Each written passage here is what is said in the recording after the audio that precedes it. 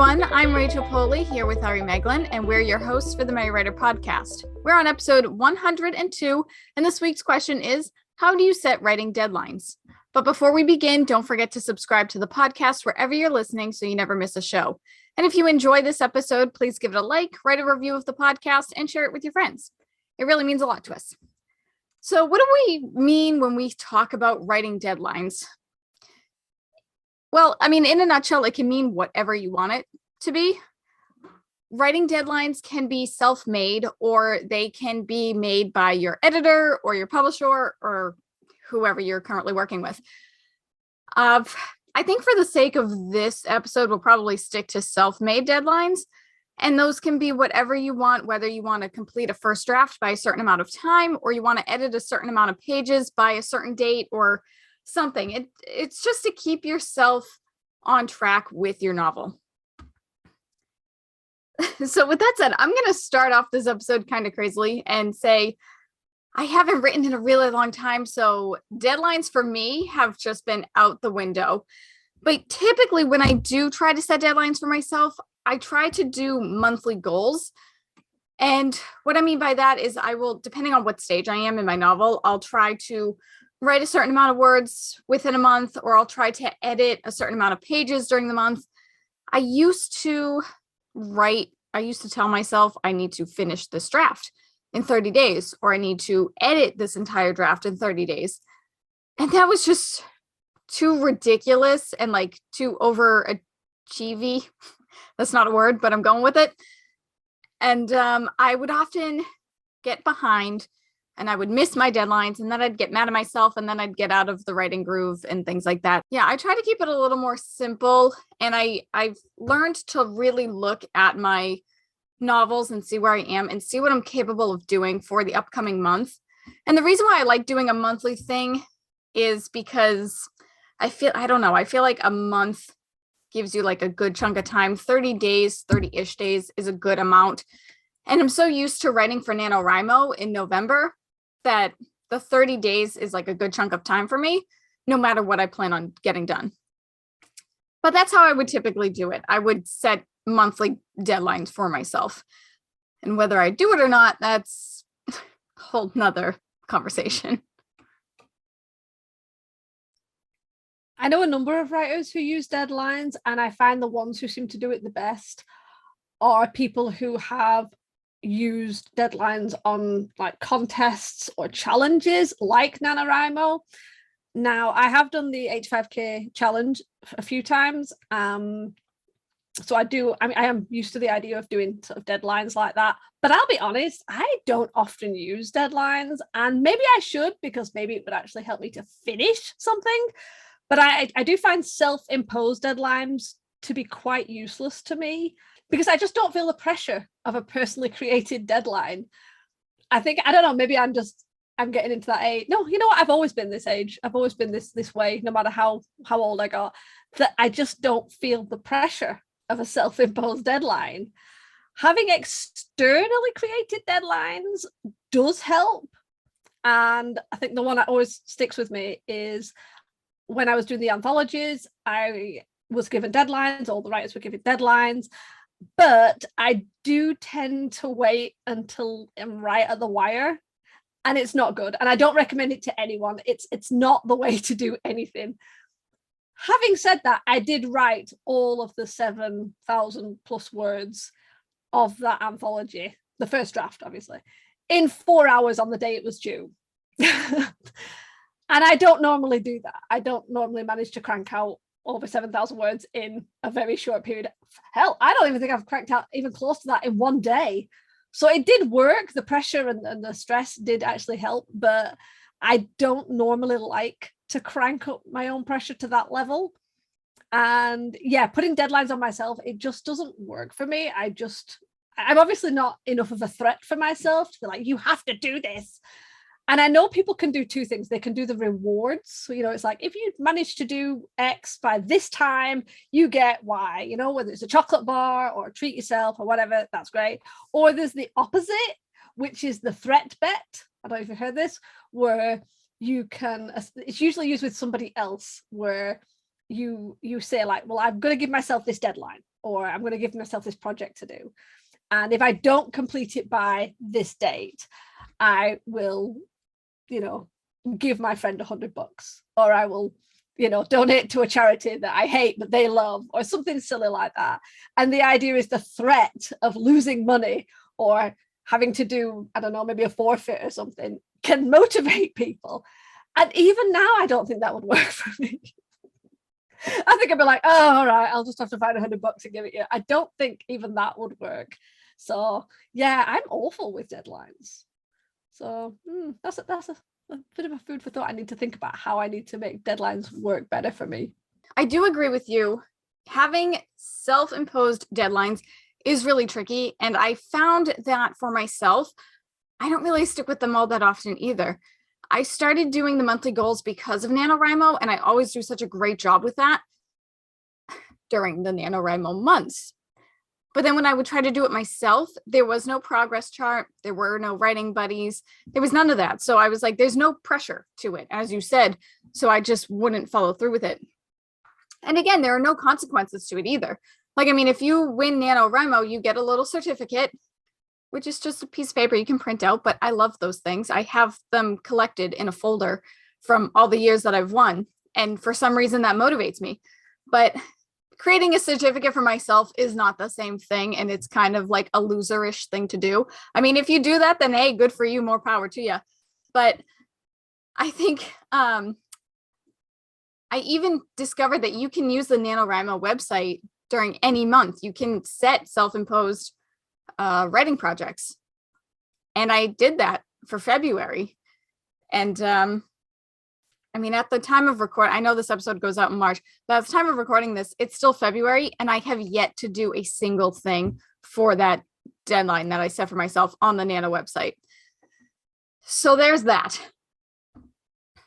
And also, when you say that you wrote your short story for your anthology like so quickly at the last minute, some people work better that way.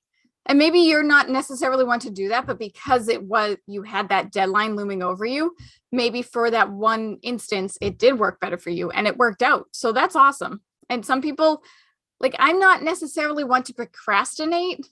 Trust me, there are some days when I do, but for the most part, like, I tend to do everything well in advance. So I'm not like I think if I procrastinated, it would not turn out nearly as good. But there are some people, like my sister, she procrastinates on everything in life. And that's just how she works. She works better that way. She works better under that pressure. And, so I think when it comes to like deadlines and stuff, whether it's self-imposed or not, if you do it last minute or not, you just kind of have to do whatever works best for you. I have not heard of the threat bet. I don't think that would work very well for me either, but I have tried giving myself rewards. I think it was last year or 2 nanos ago, I bought myself Pokemon cards, and I figured if I meet my writing goal for every day, I could open up a booster pack. And I learned I had to buy the booster packs little bits at a time. Like, I couldn't buy 30 days worth, because if I didn't meet a goal, I knew I was going to open it anyway, because I was like, I'm not going to waste that money. And it's Pokemon cards. I'm going to open it eventually. So I think rewards can be a hit or miss too. If you are going to reward yourself with something, you got to do so like each day at a time or a week at a time or something. So that way, if you do skip a day, you can say, okay, I'm not buying, whatever it is for myself for this day. Well, that's it. It's like, I think especially if you're like an adult writer and you have your own finances, it can be hard sort of creating this kind of like, oh, I'll treat myself if I hit this deadline, because it's so easy to go, oh, I'm going to treat myself anyway. If you're a younger writer and you don't have the kind of easy access to certain funds and you have to like save up for it, or maybe it's easier to have someone else sort of control the money and say like, don't give me this money or this allowance until I have hit this deadline, and you kind of give it to somebody else to monitor. I think it's harder if you're an adult, because like I've done it with my partner where I'm like, right, just, I've got to get this is my deadline. And he's really sweet because I'll miss it and I'll be like, oh, it's really crap, is that? And he'll be like, well, here, have it anyway, because he wants to make me happy. And so it just falls apart. The only time I think it works is if you have accountability, but that's very specific because I have tried accountability buddies and even that doesn't work because again, you have to feel this sense of accountability to someone, and it doesn't always work. And again, as you get older, you really just don't give a crap. However, I think one of the reasons I was able to hit the deadline for the anthology was it wasn't just me and my story. It was connected to a book, it was connected to other authors, and if I really wanted to get it published, I had to abide by the lady who ran it, her rules and her deadlines. If I didn't get it to the lady who ran it in time, it just wouldn't go in the book. So that was the sort of the threat. But it wasn't the threat that stopped me. It was the fact that I felt like I would be letting her down. Now I've just realized I've actually set myself a deadline without realizing. I've recently contacted a writer I've been talking to for ages, a really good friend of mine. And I actually told her I'd like her to beta read my story, The Blessed, and it's not finished yet. So what I did was I asked her if she'd be free in April. So the idea is I finished the first draft in February. Not even close. I give it to my alpha reader, who's my partner, in March because he's got some time off, so I have to get it done, the first draft and maybe even an edit first, ready for his time off in March. That's actually 2 deadlines I've just realized I've set myself. And then when he's done it and made his notes, I then type them up, do another edit, and then get it over to my beta reader in April. Now, because I've kind of booked my beta reader in, and because I've kind of agreed with my partner that I would get it to him while he was on holiday and he could actually read it and make notes, I am putting them out if I suddenly mess their schedule up. If I'm like, oh, it's not ready now, it's going to be May. Oh, it's going to be April. It's going to be, June. It's moving their systems down. They might be busy in June and May and August. So I checked with them when they'd be free and I've agreed to do it. So I feel more accountable to them because of their time, not my time. So I don't know if that makes sense. It makes sense in my head, but as I'm saying it, it sounds a bit crazy. So yeah, does that make sense?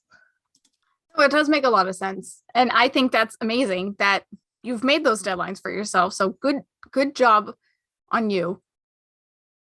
Because I think that's kind of the best way to make deadlines is if you have not necessarily a writing accountability buddy, but an accountability buddy that needs the next stage of your work. You know what I mean? Like, do you remember when we tried those reward charts with each other? For those of you who don't know, Ari and I created reward chart, like sticker charts for us because we're preschoolers. And every week that we met for the podcast, we would show each other our reward chart and we would put a sticker on each day that we worked on our novels, whether it was writing, outlining, editing, whatever. That lasted, I don't know, 2-3 months, and then it just fizzled out. So we're really great at this. But I think having a writing accountability buddy definitely works for some people. But that was just us doing the same thing. We were like, okay, if you work on your novel, I'll work on my novel and we'll check in with each other. That's all well and good. But for you to go to somebody and say, I need you to look at this next stage, that kind of forces you to keep going. It's not just saying, hey, I wrote a sentence today, and your accountability buddy says, yay, good for you. You're saying, I have this draft completed. Will you look at it? So yeah, I think that it's great that you did that. So with that said, I am going to say this whole episode is about how do you set writing deadlines? And so far we've talked about how we don't set writing deadlines. So I'm going to touch upon the fact on how you can set writing deadlines for yourself. And again, see what works for you. And every project might be different too. So I'm going to bounce off of what Ari just said and try to find someone who can beta read or alpha read your work for the next stage. Or you can set monthly deadlines for yourself, depending on where you are in your novels. Give yourself X amount of days to work on it.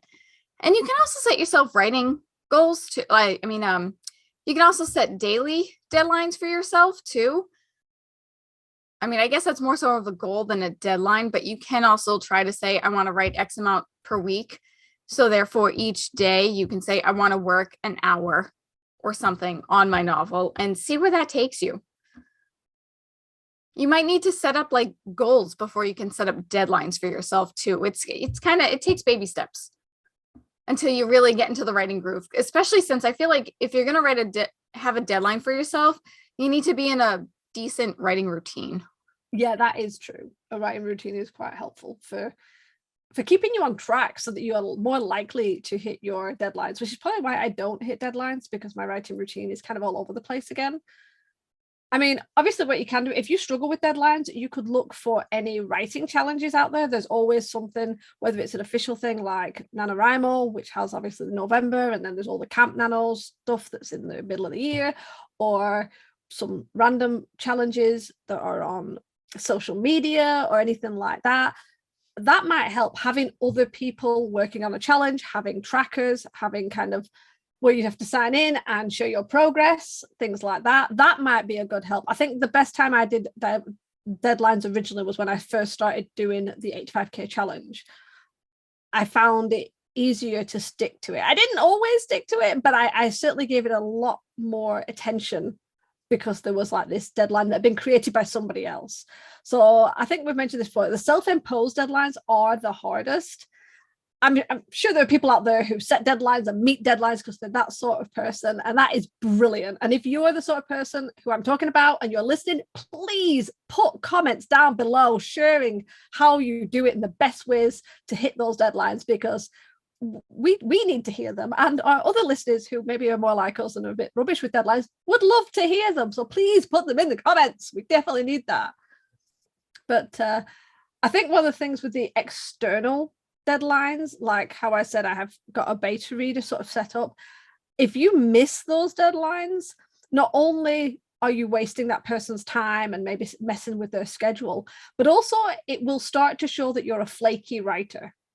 And that person, or those people, if you have several, or that, they're not going to hang around every time to try and move the deadline and do it again, because maybe you'll miss it and then it'll happen again. And those people are going to eventually go, you know what, I'm not that interested in reading what you write, because you can't keep to deadlines. So yeah, that's something to think about. That's a really good point. That, yeah, you don't want to have that type of a reputation.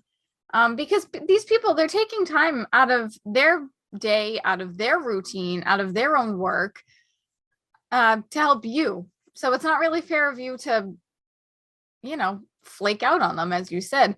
And granted, sometimes things happen. There are some times where you won't be able to meet a deadline because you had a family emergency or because you got sick.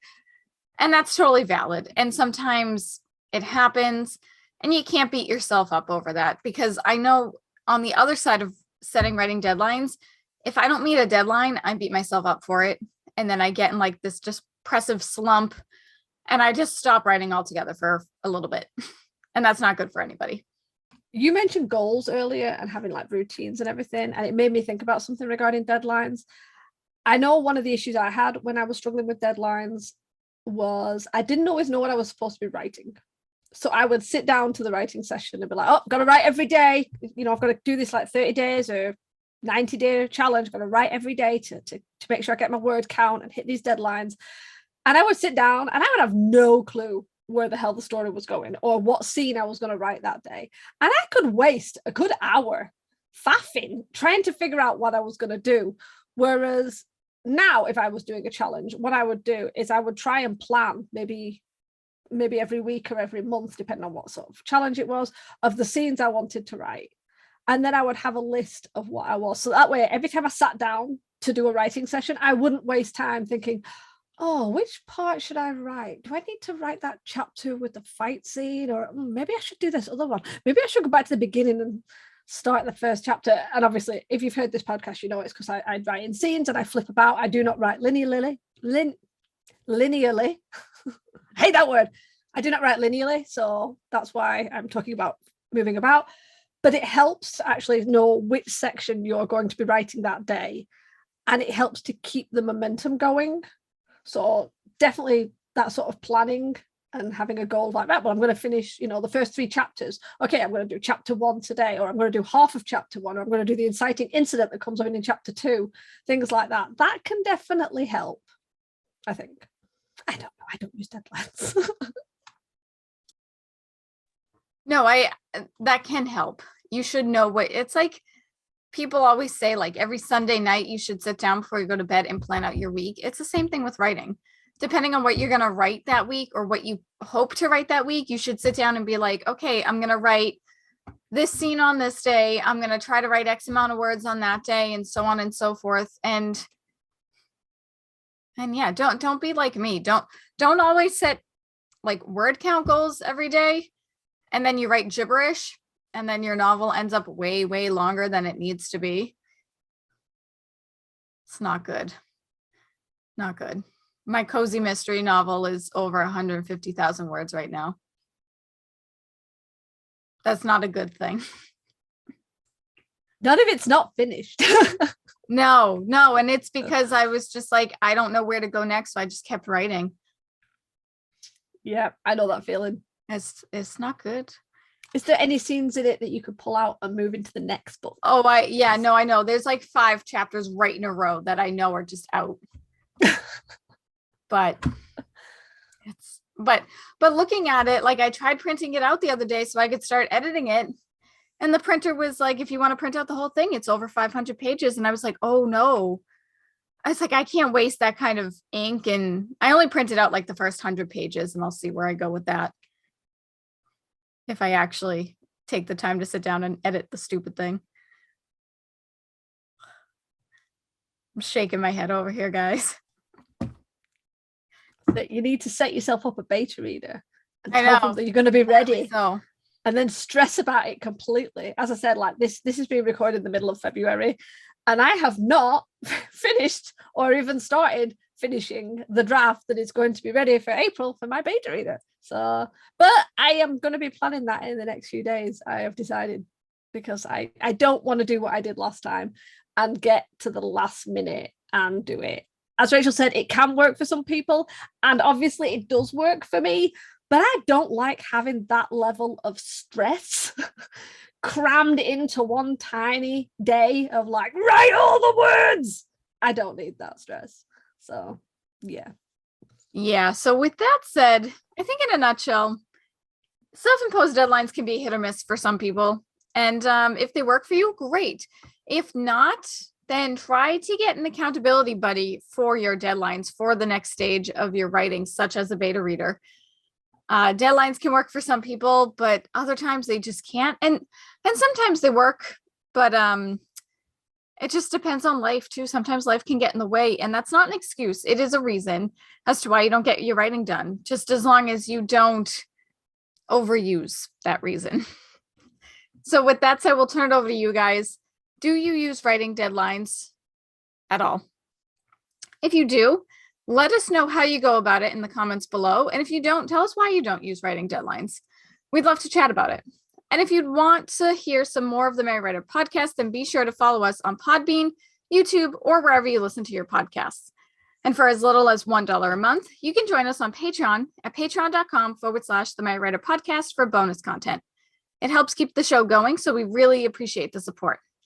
But in the meantime, tune in every Wednesday for a new episode of the Merry Writer podcast, where we ask all the right questions. Thanks for listening. Bye. Bye. This podcast is brought to you by Scraps of Paper. We have notes everywhere. The music titled Inspired is by Kevin MacLeod, licensed under Creative Commons 4.0.